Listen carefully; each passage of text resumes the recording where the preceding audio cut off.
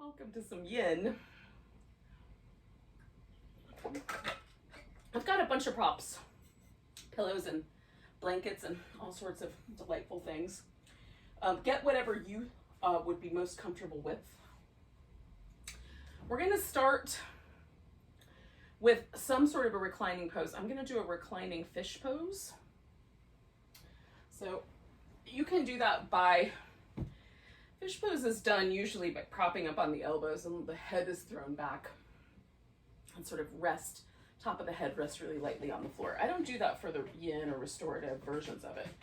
I just use a pillow under my back. You can take a blanket and roll it up. The thicker the blanket, the bigger it will be, and then that can go down the length of your spine. Or you could use a yoga block under your shoulders and then something else, another yoga block, a pillow, whatever you've got to support your head. If you've got a kind of regular yoga bolster, you can use that. Oh. And how far up or down you put the object, whether it's a block, a pillow, a blanket, is you're gonna have to feel it out, because there's depending on the firmness of the object, there's a narrow window of what is comfortable and appropriate and what is really uncomfortable. I like pillows and blocks higher up, closer to where my shoulder blades are, so that the elevation is just under the shoulders. And then I like the blanket to kind of cover my whole rib cage. So that's my preference when I use a blanket. Not down below the bottom of my ribs, but up to that point. And I've got straight legs, but you can do a butterfly setup with your legs if you like. We're going to come back to that butterfly in a little while. But if you want to double up on it, you certainly can. There are reasons to do that. Right. So stay a while, like 4, 5-ish minutes. This is also our time to settle in, sort of let go of the day mentally. So kind of notice where you've spent most of your time with your brain. Have you been up here in your frontal lobe, problem solving, thinking about the future, ruminating over the past, that sort of jazz? That's where I spend most of my time mentally. So we're going to try to let that section just cool down a little bit and slide our attention back into these deeper intuitive centers in the brain, the places where we run into all of our sensory data, things that are a little bit more,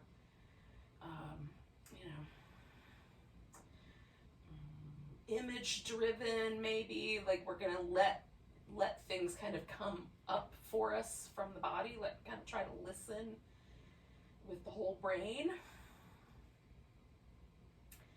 to the response that the body has. Notice if there are tension patterns that you need to release from your day. Maybe you carry some stress in your shoulders or between your eyebrows, and this is the time to let that start to unwind.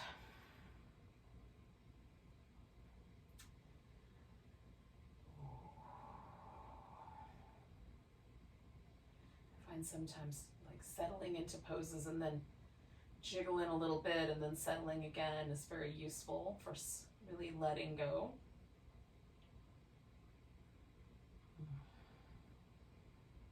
Spend a minute or two completely in our own whatever silence is available at your house.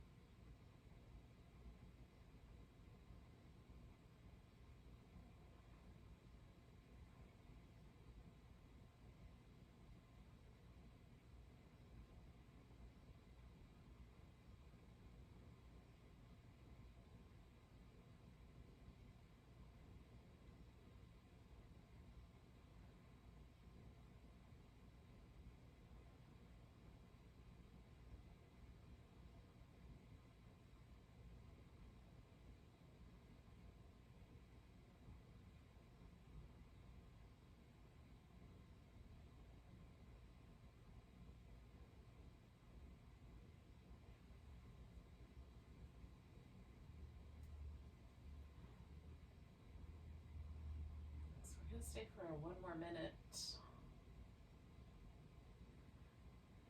Give yourself permission to sort of fall open here with this last minute.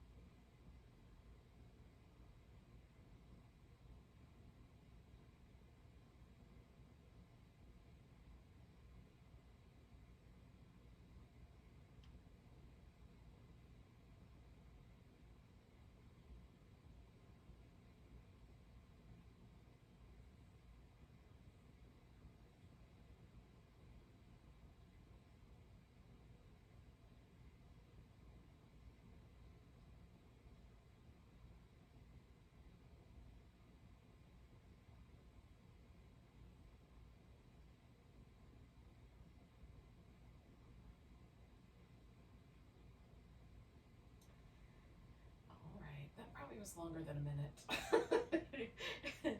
but it felt really nice. So I'm gonna start my little movement pattern just by bending my knees and putting my feet on the floor. If your legs were butterflied up, you might need to bring them together first.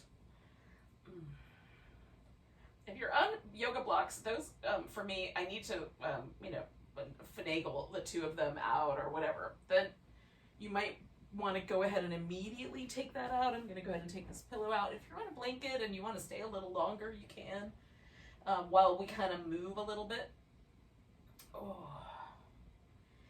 So we're going to do a pose called the cat pulls its tail, and this can be done either laying all the way on your side, or it can be done as a little bit of a twist. So we'll start on our side and we'll wind up, you might experiment with whether you like the twist or not. You're gonna either hold your foot with your hand, or if you'd prefer, you can use a yoga strap to hold onto your foot. And I'm gonna use a strap because I hold mine like over my shoulder with my opposite hand. Instead of reaching back for my foot, I'm gonna do something a little different with my shoulder so that I get a similar shoulder opening, but just a little less pressure on my knee. So I'm gonna start with my right leg. So I'm gonna roll onto my right side and throw my left leg over the top, and then you would hold onto the foot, right? So I'm gonna go ahead and attach the strap to my foot. And normally part of the pose is this kind of shoulder opener that we get from reaching down for the foot. So since I know I don't want to do that, I'm going to instead thread this arm behind me, and then as I roll into the twist, it's going to put a little extra pressure on that arm. So that's going to be the part where you may or may not want to go for that twist. I'm going to put a blanket behind me so there's a little softer surface for me to roll into, and for my shoulder, or my arm anyway. And then I'm going to hold onto my leg here with this other hand. Okay, just kind of hold it over my head. Now this leg can stay like foot on the ground, or you can stretch the leg all the way out. And there's some people who like to actually hold that foot with their opposite hand. And if that's you, then yeah, carry on. Do as you will. What's the right amount of pose for you is the question. All right. And depending on your shoulder and any kind of, injury history or whatever, you might choose differently. You might leave the shoulder out of it entirely and just make this about your quads.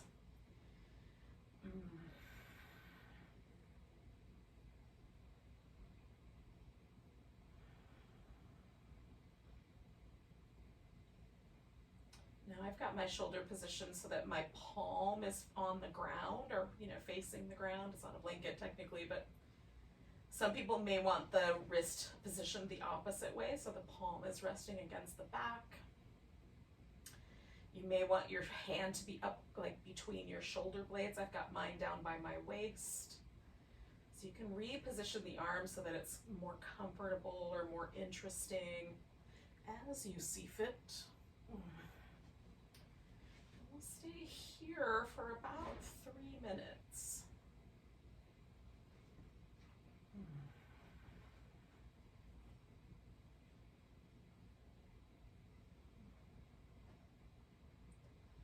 Again, now that I'm in this kind of interesting position, I'm trying to let myself just surrender into it.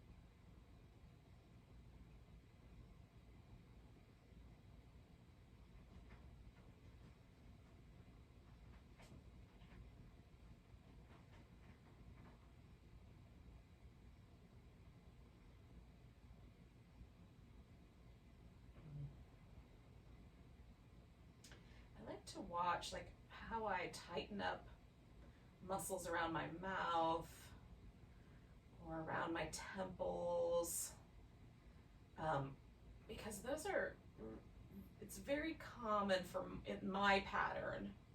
This may not be true for everybody, so you'll have to kind of investigate what your own tension patterns are, but those are really common tension patterns when I'm riding the edge or even tipping over the edge. So I like to pay attention to that. Like, does there a tension develop that I can't really soften? And so if that's the case, then I need to back off of my pose a little bit. So we're gonna stay for about another minute. I'll try to really make it a minute this time. Sometimes, y'all, this is the danger of practicing myself. I'll just disappear into my practice sometimes, and time is irrelevant. But we'll do our best, because we've got a shoulder situation happening.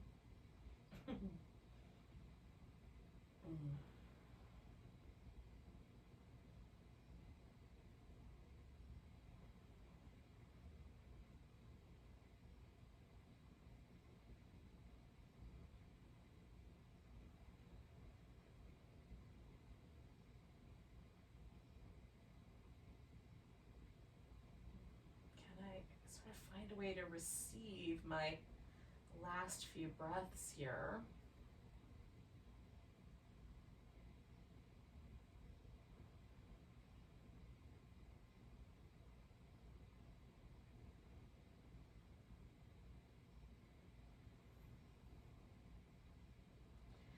All right, to come out of this now, if you're holding your foot with your hand, you're just gonna let go. I'm gonna roll out because I've got this shoulder position behind me, and then I'm gonna slide the strap off my foot, and I'm gonna stay on my side for a moment. So this is gonna turn into one of the names for this is fetus pose, where you just lay on your side. So I don't know. For some reason I have a slight aversion to that name. I want to call it something else, side lying shavasana, something. I should examine why I have an aversion to that. But in any case, what we're gonna do essentially is switch. We're gonna keep a quad stretch, but we're gonna switch legs. We're gonna bring this left heel in, and some people will be able to hug that left heel right up against the side of their hip and roll right onto their back into a half saddle. That is not gonna be the case for me. So I'm gonna do a little setup in a moment. I'm gonna take another 30 seconds here in this little side lying shavasana. And then I'm gonna do an elaborate setup with a pillow underneath my back so I can kind of roll onto a pillow. So if that sounds a little friendlier to you as well, that's what we will do. And you can put as much padding behind you or underneath your hips to make the pose a little friendlier. Oh, and after we finish, like we'll do the same two poses in opposite order, or on opposite sides anyway. Okay, so for me, I'm gonna have to push myself upright. I'm gonna take this really big pillow and position it. Oh, you may not need that much padding. Maybe just a folded blanket will do nicely for you. And then I'm gonna kind of bring myself around to my half saddle. I'm gonna put a little padding underneath my shin. And I like that to be really smooth, so make sure that's true, and then put that foot on there and find this support. Lay back to the degree that it is available to me to do. I will lay back as best I can. So, some people are going to be really comfortable laying on their back, and others of us are going to need some extra support. I tilt my whole body a little bit onto a diagonal because I can't get my foot all the way against my hip. And I want my knee pressure to be even on the inside and outside edges. And so I just sort of tilt the hip so it matches the angle that my knee is capable of achieving in this shape. So that is what I'm doing with all my props here, is making that possible. And again, we're gonna stay here for about 3 minutes in this little half saddle.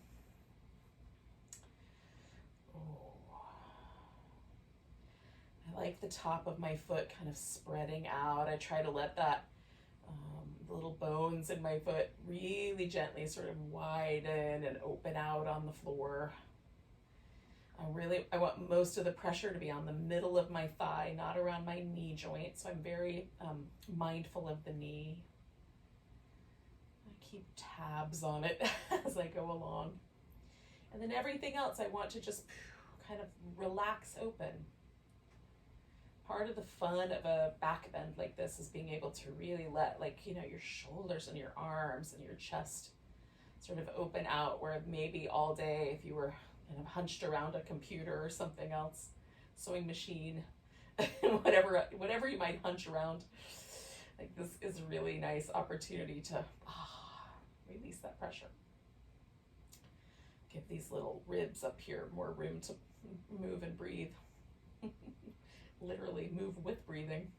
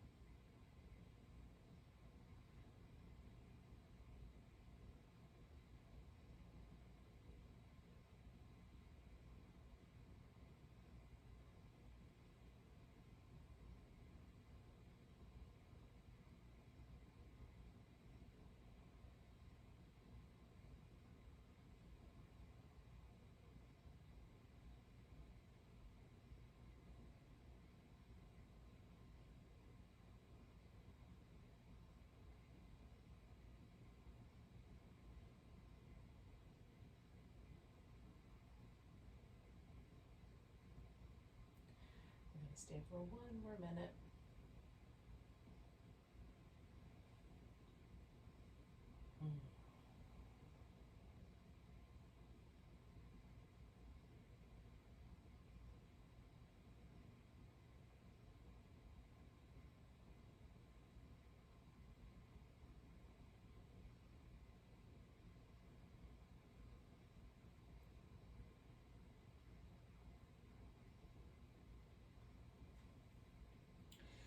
Now we're not coming out right away, but I'm just going to talk about it.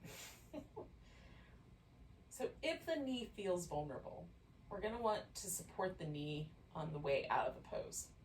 The way that I do that is I take this long leg and I hug it.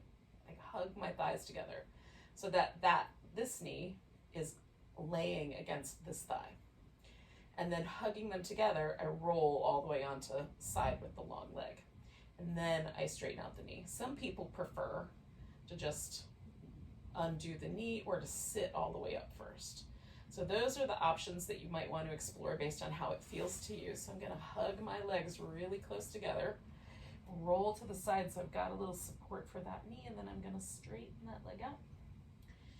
And for a moment, I'm just going to pause in this little supported bolstery shape and let that all integrate before we do the other side. It feels really nice to do like little ankle circles to jiggle kind of the toes, get the little movement in the top of the ankle and the foot.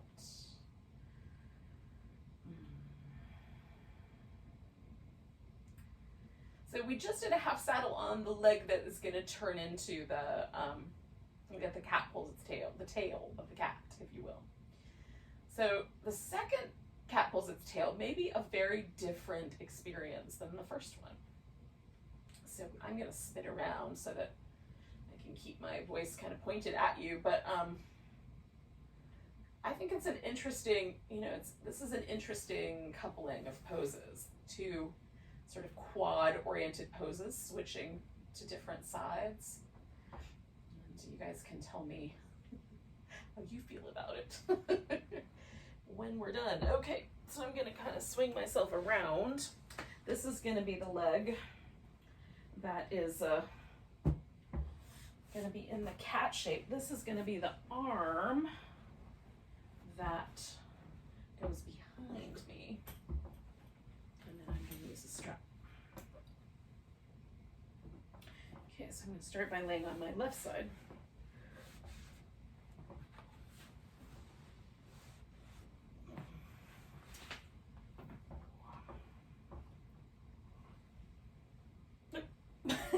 This guy. Okay. Bring that around behind, so I'm going to hold on to that with this hand. And I'm going to put this arm behind me. And again, this is not, you don't have to do it this way. You can definitely do this by holding onto the strap with this hand instead of this little twisty thing that I'm up to here. Oh, my ponytail's in the wrong spot for this side. I don't know why. There's a difference, but there is. So we'll stay for a few minutes. I need just a little bit more support under this elbow. Hang on. Add a fold to my blanket.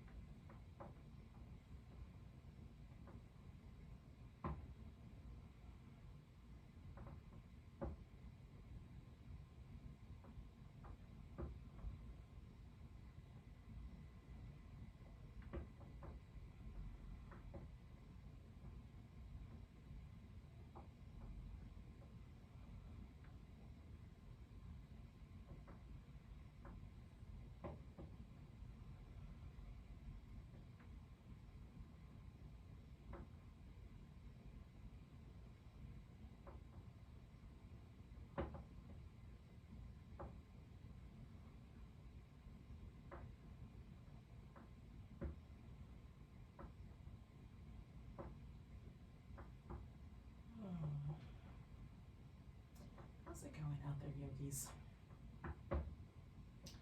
Just realized I was holding a weird amount of tension in my left glute. I was like, so relaxing there. It's interesting to take a little scan around the body from time to time, just check in, see if you're gripping with any muscles. Sometimes they sneak up on me. Often my glutes are doing things that without my conscious consent or awareness. Oh goodness.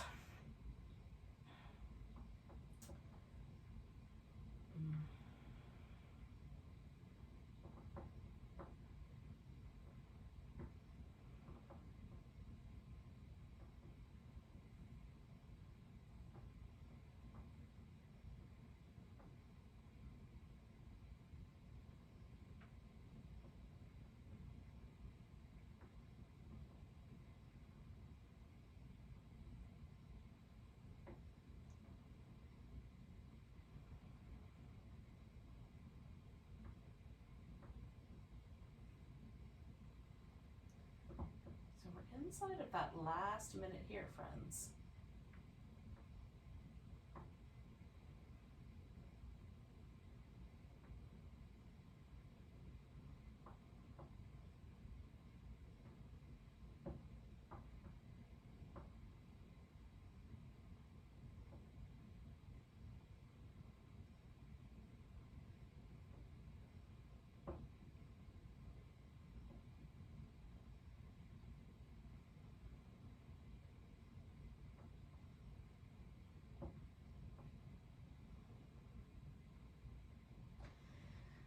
So we're going to take a nice big breath.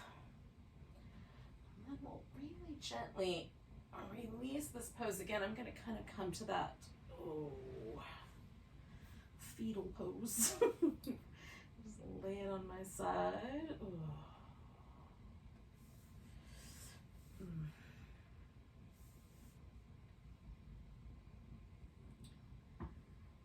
Use that as a little transition for a bit and then do a half saddle. But it's nice to give everything, especially if you did the shoulder over, it's nice to give that shoulder just a little bit of time to adapt. And really that's part of yin practice anyway, is the space in between, the space after poses where we sort of absorb. And there's like the notion here, because oh gosh, there's this video online that was done by this French doctor. I don't remember what it's called, but he takes a teeny tiny little laparoscopic camera and goes traveling through connective tissue, and you just see like the spider webby matrix with all these little dewdrops of goo. Like that's essentially the nature of of the fascia, right? That wraps around the muscle under the skin. We want it to be viscous, to be sort of snotty, for lack of another word coming to mind. So it has that kind of mucusy, and that's really what this practice is trying to do, is help sort of make space for the mucus to spread around, to help the tissue create more mucus. That's what we're after. we're trying to make everything more gooey. So the space in between kind of helps actually that process. It gives the tissue a chance to start doing all those gooey things. All right, so we're going to take the opposite side of the half saddle when you are ready, if you are not already there.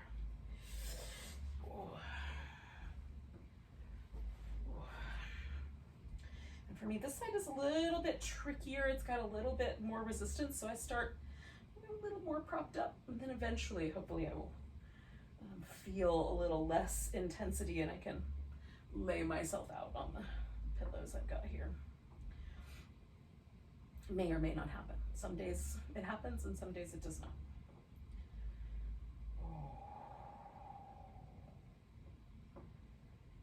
And these areas where, like, the quads are a really good example, where we have like a bunch of muscles all lined up next to each other. There's all these fascial networks in between all those muscles, underneath the skin and up against the bone, and that mucousy web eventually turns into a tendon. The tendon does not look all mucousy and webby, but it's the same tissue, the same fibers, kind of fiber that turns into a tendon.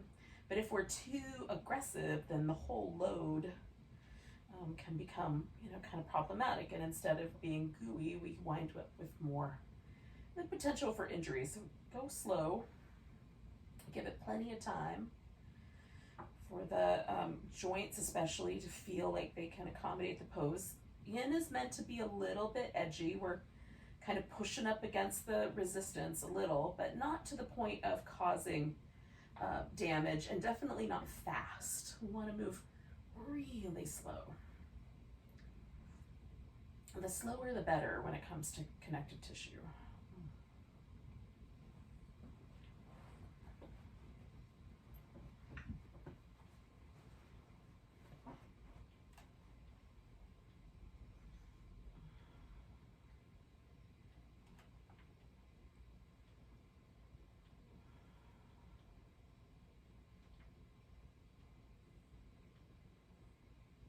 Stay for one more minute.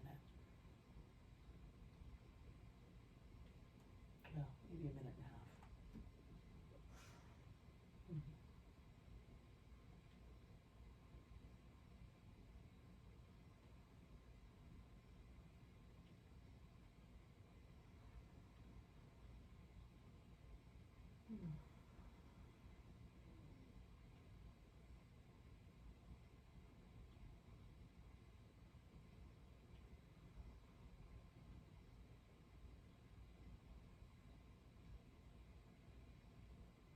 One of the things that's kind of come to me recently is, as I'm kind of thinking about the language of yin, is I've always called being in a yoga pose holding the pose, but holding is too active a principle in my mind. So I'm trying to what are the words that will more adequately describe what I'm trying to achieve here? Releasing into the pose, accommodating the pose, surrendering to the pose. Tell me what you think. But I do think language is important, so something to consider. All right, friends, we're going to take 2 more breaths, and then we're going to gently release this shape. So again, I'm going to get my thighs really close together so I've got something to support that knee as I get onto my side and I straighten the leg out. I like having that little bit of support. And then I'm going to hang out with this crazy suspended over this bolster shape because it feels really nice. And the next thing we're going to do is sit up. So one more chance for me to just lounge over a prop is always welcome. Do you share that? Do you also like to lounge over props? Oh, goodness.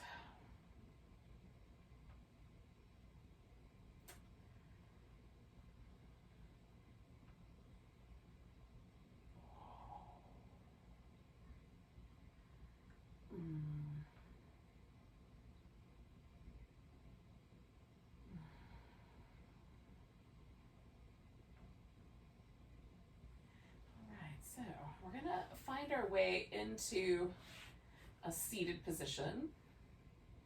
And what I'll suggest is, rather than focus on the goal of getting to a seated position, be with all the little incremental stages in between. So my feet touching the floor, that's the present moment right now.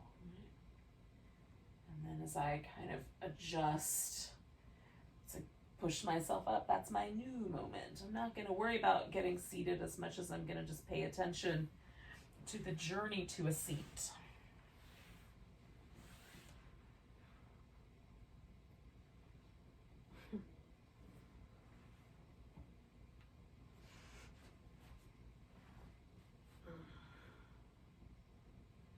kind of noticing of how it changes my sense of presence, my sense of being. You know, the gravity, my relationship to gravity changes a little bit, you know, because now my bones are in a different position in relationship to the earth. And so noticing now my pelvis is positioned on the floor.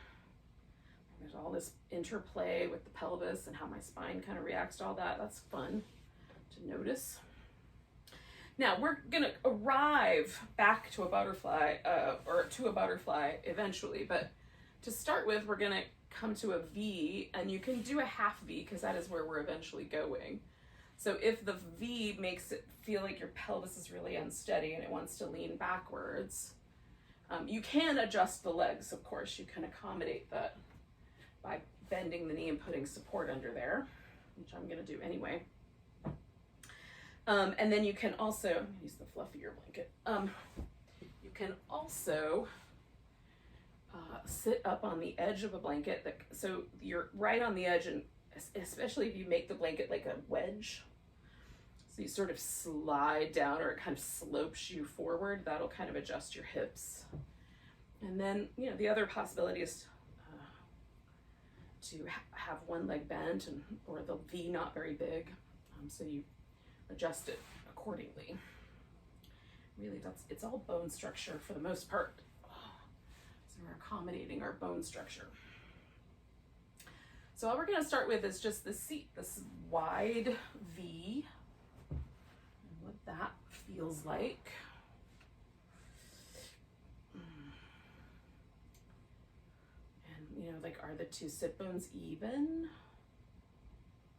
Is there any sensation that feels a little different? Does one sit bone feel heavier than the other? And then based on that, you're just going to pick a direction. I'm going to turn to my right because my natural inclination is to go to my left first. So that's a little friendlier twist for me. So I'm going to change it up.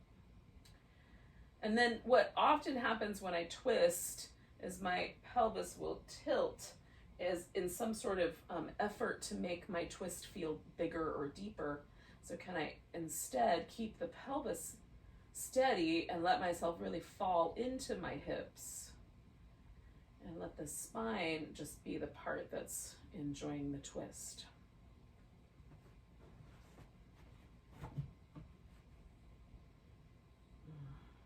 Without feeling like I need to effort to get somewhere.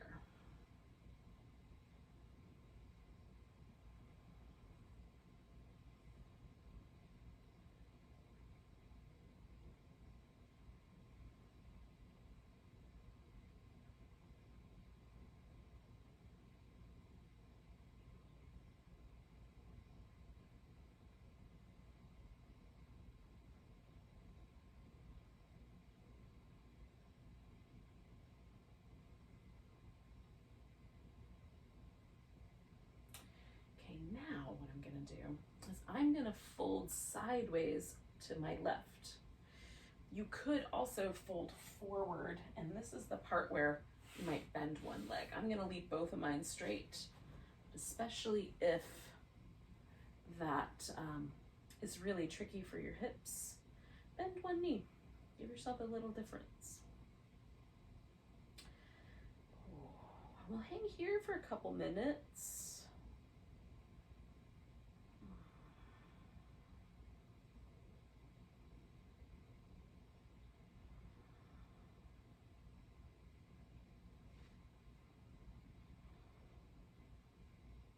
I'm using my hand to sort of hold my head up so it's not too tedious on my neck, but every now and then I readjust because I want there to be like a little sense of length even all the way up across this kind of up, you know, part of my head. So neck and this little gallbladder meridian area here along the side of my skull and all down my shoulder. I had, you know, the arm pinned behind me with the cat pulls its tail, so I'm kind of letting my arm hang out, but I'm noticing, you know, the inclination of it to move forward or back. You can, of course, bring the arm overhead if you're doing this variation. Or if you didn't do the arm behind your back because laying on it was too much, this is an opportunity to put it behind your back and get that same little bit of space in the shoulder,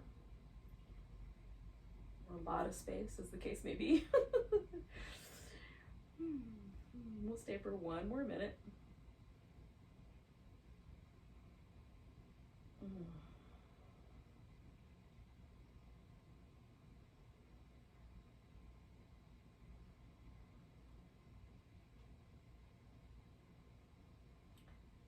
Yeah, I love yin all the time, but you know, fall and winter season are just like yin seasons, right? They just, you know, beckon me towards yin practice every year. So feels like I'm kind of coming home as we start to slide into autumn. You know, the temperatures here are not autumn-like, but the darkness is, the amount of sunlight we're getting is definitely kind of, you know, beginning to beckon in that direction. Oh. All right, so I'm going to take a breath and holding that in and adding to it as I go. I'm going to come out of my pose and I'm just coming back to the center point, right? Just the center point of this dragonfly. Dragonflies have really interesting, like if you look into the kind of symbology of the creature itself, the animal, it has everything from like good luck to like messages from the other side to you know, notions about following your dreams, that sort of, it's really interesting sort of across the gamut of, you know, ideas, spiritual ideas. I've always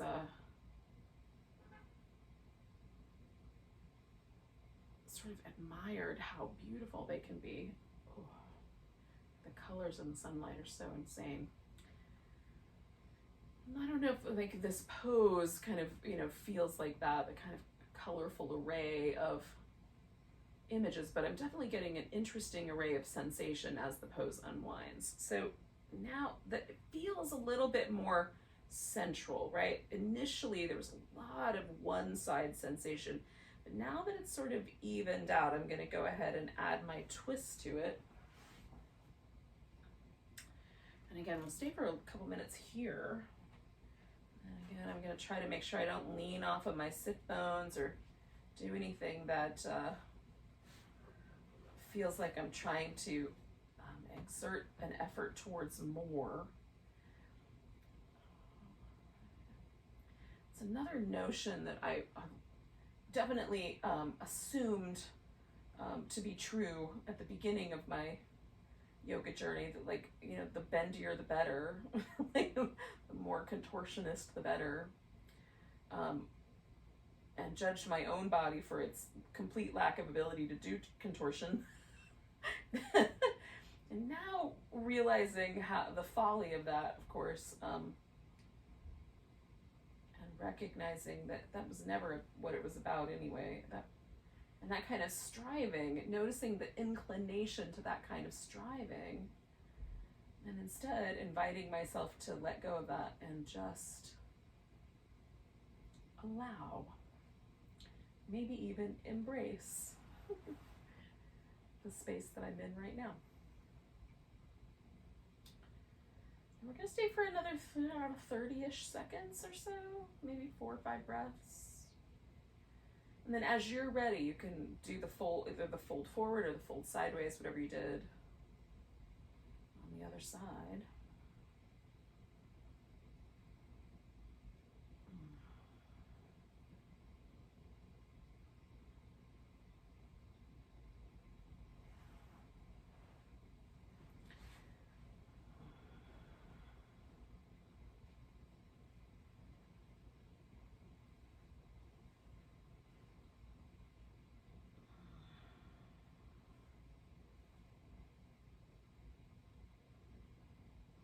things that's interesting to me too is, you know, the difference.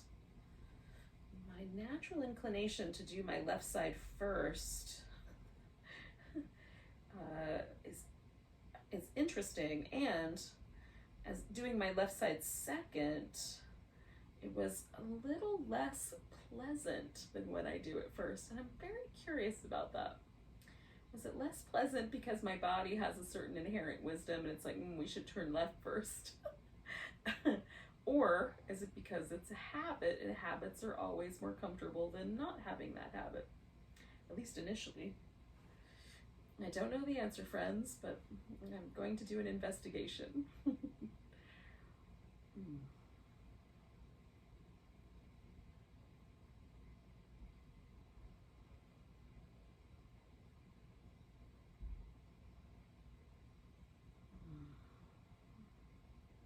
Again, I'm trying to sort of fall sideways, sort of fall open. Not to beat my theme, but yeah, I'm definitely exploring a theme.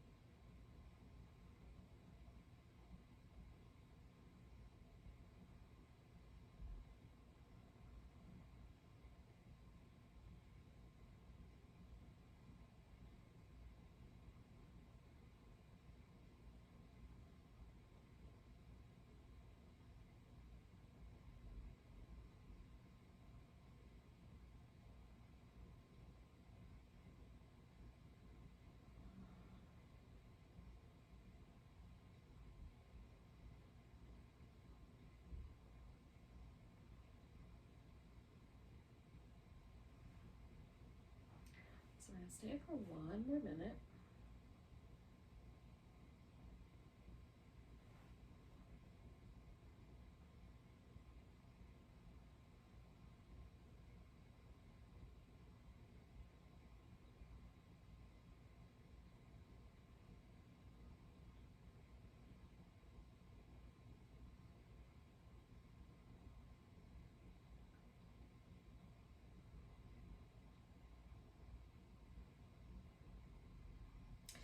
Incidentally, kind of circling back to my question of myself earlier, is the inclination to turn to the left wisdom, or is it habit? The truth of the matter is, I could just pick an answer and it would be fine. But I'm definitely curious to explore the answer. All right, friends, so we're going to kind of slowly come out of here.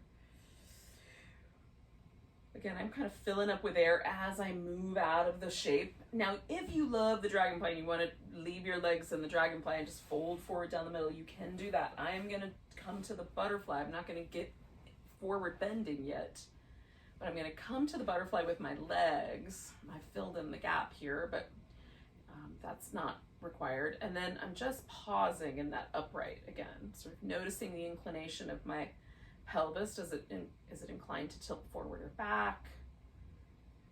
Because I want to try to, rather than like move into this pose from my spine, I'm going to try to let myself move into this pose from the hinge in my hip. Right, so I'm going to let my hip hinge forward, and as I feel some sensation across the back, I'm going to pause.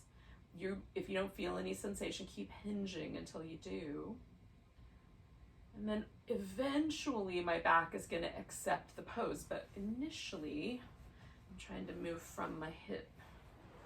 It's not wrong to move from your back. I'm just creating a little experiment for myself here.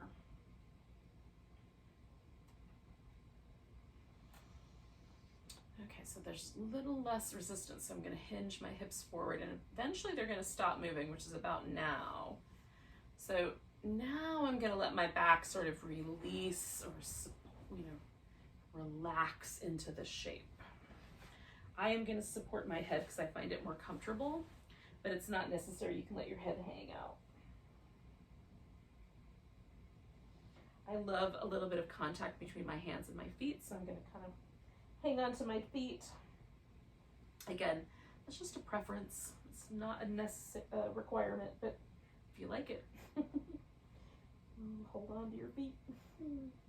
Otherwise, you could wrap your arms even around behind you so it kind of takes on a little tortoisey feel, or let your hands rest out to the sides. That would be nice also.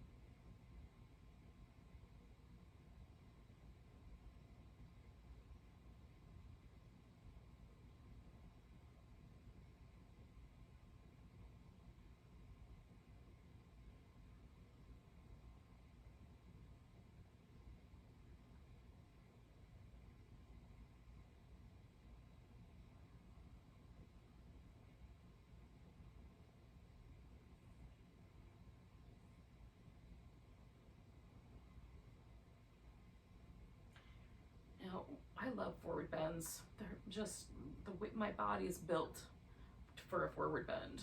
And so I am going to stay for a couple more minutes. And I'm really getting into the feeling of my back breathing. So like the movement of the muscles in my back. So I'm gonna hang out and just vibe into that. But if this is not your jam, you can instead, like when you're ready, you could transition into something like if you wanted to do a snail, which is basically this shape, but with your shoulders resting on the floor and your legs thrown over your head. Or you could do a legs over the couch or legs up the wall to kind of sub that in. I'm gonna stay with this guy for a while. And then I'm gonna turn it into a happy baby, which is, again, basically the same shape, but laying on my back before I do Shavasana. So just give you that little, if you wanna do something else in that spot instead, go for it. Make it your own, peeps.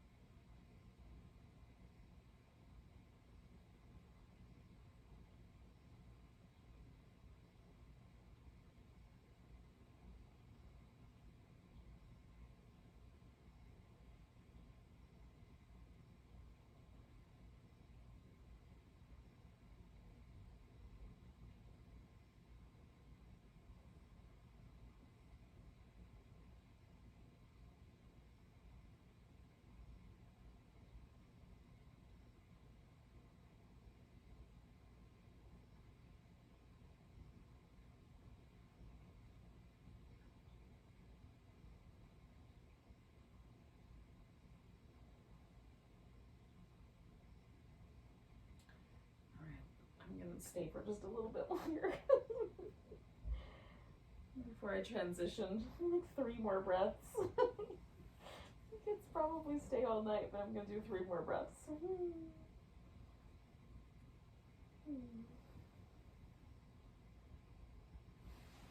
Again, I'm going to kind of use the breath to get myself up out of the pose.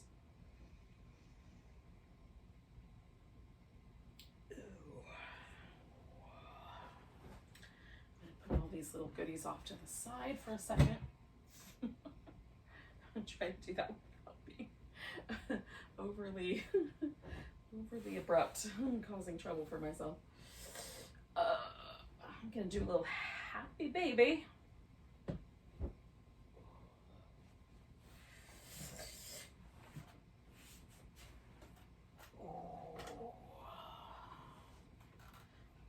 So it's gonna start for me like a little happy puppy, with the feet just kind of in that butterfly shape. And then if you want to do more of a straddle where you hold onto the legs, you can certainly do that. You can let go altogether.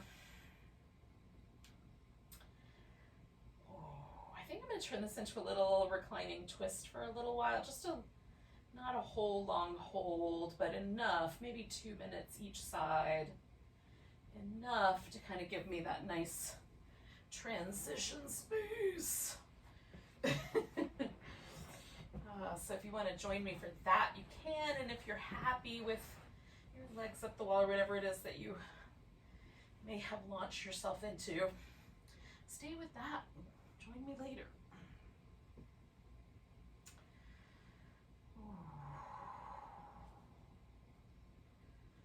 Kind of releasing any residual tension from my hips, or anything kind of signature that was left behind by the butterfly.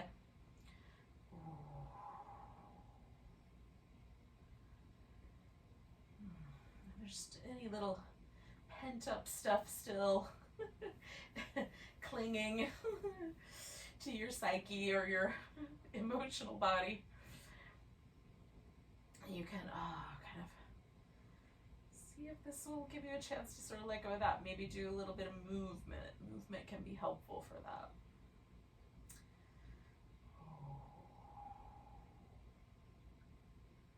Even something as simple as just some little ankle circles sometimes releases a little bit of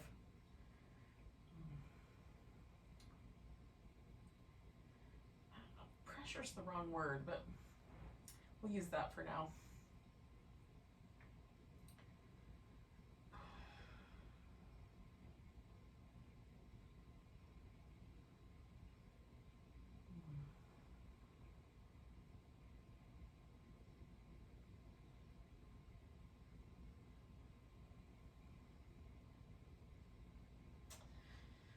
So I'm going to kind of venture back to my little happy baby-ish shape.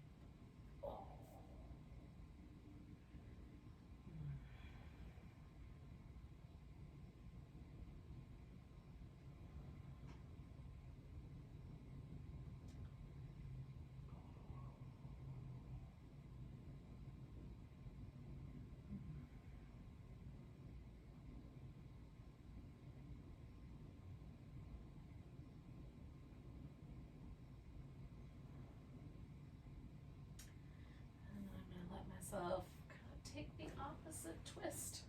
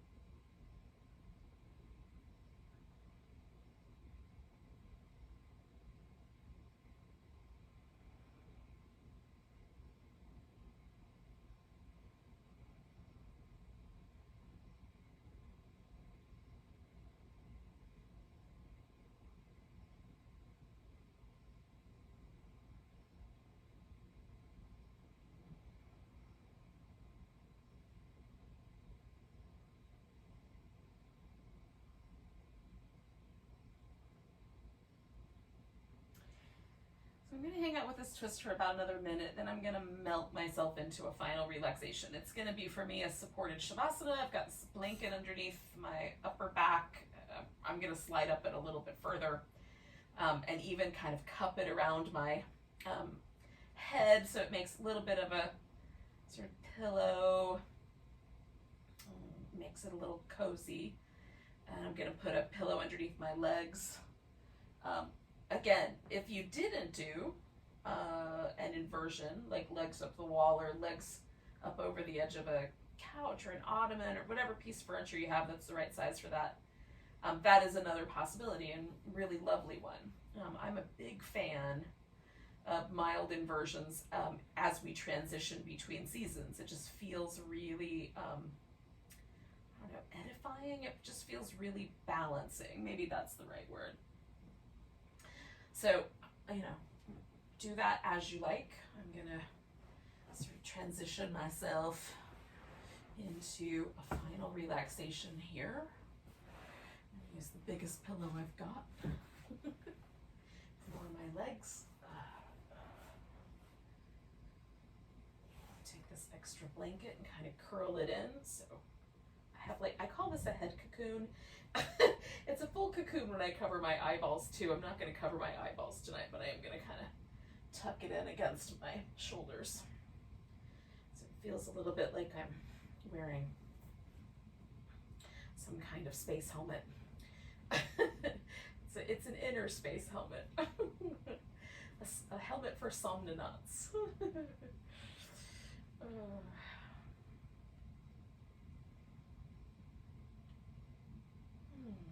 And then one last time, right? We get a chance to really just let go, fall open.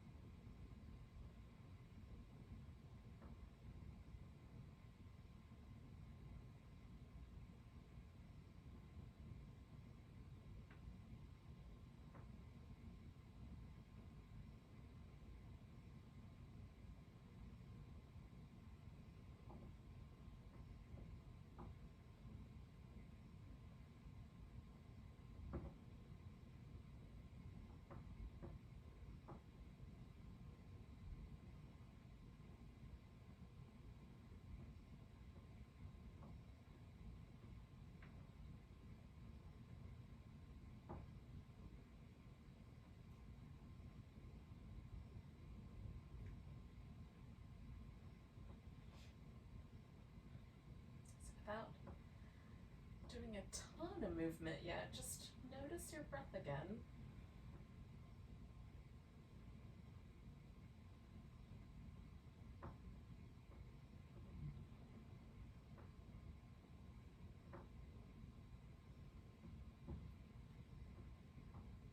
As the breath sort of begins to feel a little enlivening, a little invigorating, you can wiggle the fingers and toes.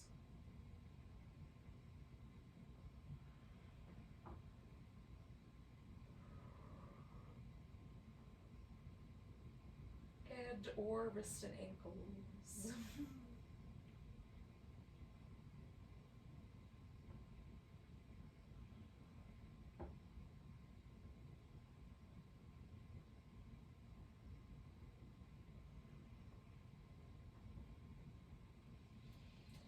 We're just going to slowly make our way to a seated position. Again, we might start with just soles of the feet resting on the floor, right? That's kind of very mindful journey rather than focusing on the goal. Just focus on the getting there.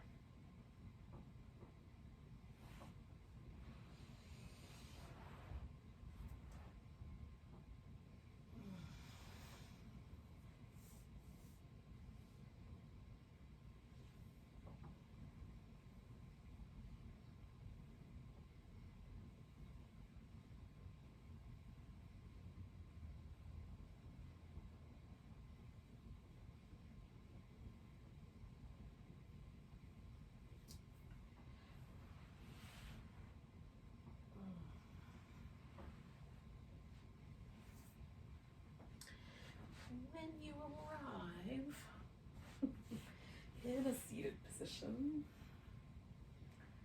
just take a moment to feel that. Check in.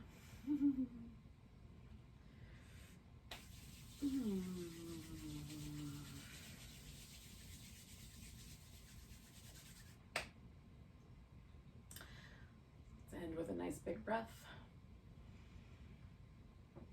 And a big deep sigh.